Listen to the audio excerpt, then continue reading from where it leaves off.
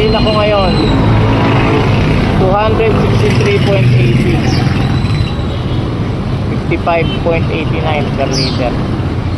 4.72 liters ang nakonsumo ko maghapon sa natin 173.9 kilometers na tinakbo. Okay. Sa full tank method, kwentahin 173.9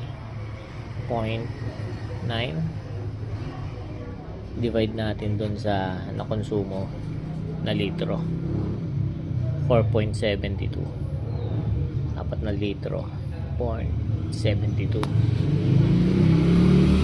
36.84. Yun namang biyahe ng angkas. Kaya lang nakahalo yung hatid sundo ko tsaka yung nilakad ko sa Cubao kanina eh. Kailangan maibawas yun para makita kung nagsimula ako na bumiyahe ng 8 pagkahatid ko, 9, 10, 11, 12, 1, 2 tumigil na ako ng alas 2 ng hapon, pero isama ko yung isang oras pauwi, 3, bale nagtrabaho ko ng 7 oras. Sa 173.9 ibawas ko yung kilometro ng hatid sundo, bale 25 papunta, 25 pabalik, minus 50. Then yung nilakad ko pa sa Cubao, less 18 kilometers.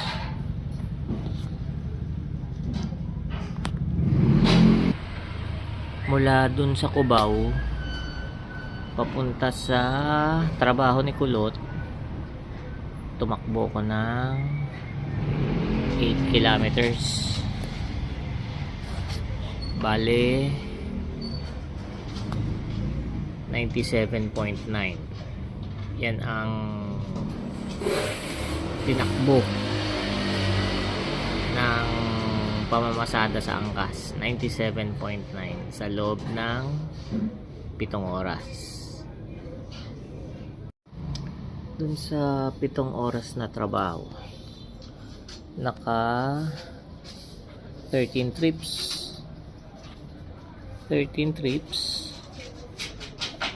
ang net earnings 885. Sa 97.9 kilometers na tinakbo doon sa pamamasada, i-divide natin sa 30, mali i-divide natin sa 36.84. Yan yung kilometer per liter na tinakbo kanina. Naka per litro, naka 36 kilometers, 0.84. Okay, 97.9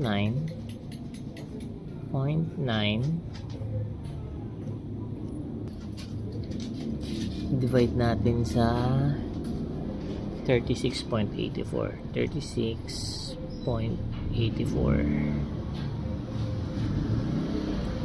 2.66 liters ang nakonsumo. 2.66 liters. Ni-round off ko na yun eh. 0.65743. I-round off natin. 2.66 times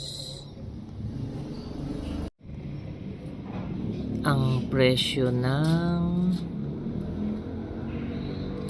55.89 ang presyo ng per litro ng gasolina kanina.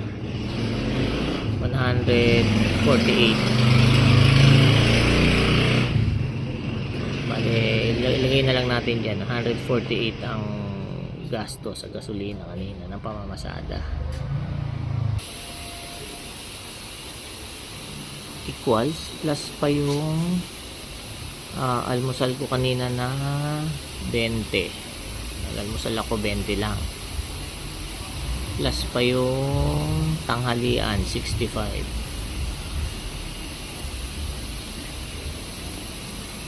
Yan ang expenses ko kanina, 233.